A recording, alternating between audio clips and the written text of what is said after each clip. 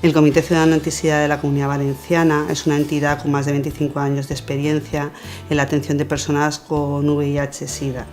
Entonces, desde hace 20 años tenemos un programa de orientación laboral enfocado a mejorar las posibilidades de inserción sociolaboral. Este proyecto es un proyecto de formación en competencias de limpieza para personas con discapacidad.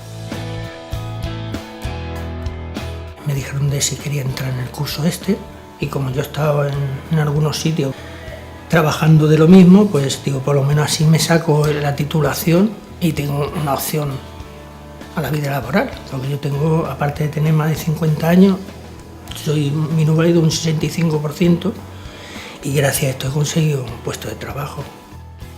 Ha habido una fase primero de que conocieran un poco mejor lo que era la ocupación de limpieza, después una formación de lo que serían las competencias transversales, la puntualidad, las habilidades sociales en el trabajo, la adaptación a los cambios, todo aquello que le permita pues, un funcionamiento mejor dentro del puesto, la formación propia de lo que es la limpieza, que incluye pues, tanto limpieza de mobiliario, de cristales, como con maquinaria, y luego una formación práctica en empresas con las que contactamos y que las que se han hecho unas prácticas laborales que en algunos casos pues, ha generado una oportunidad de empleo después.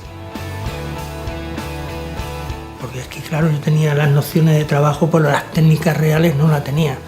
Y gracias aquí y al asistente, o sea, lo que es el psicólogo nos da también cómo presentarnos y cómo elaborar el currículo y demás, pues gracias a eso he conseguido el puesto.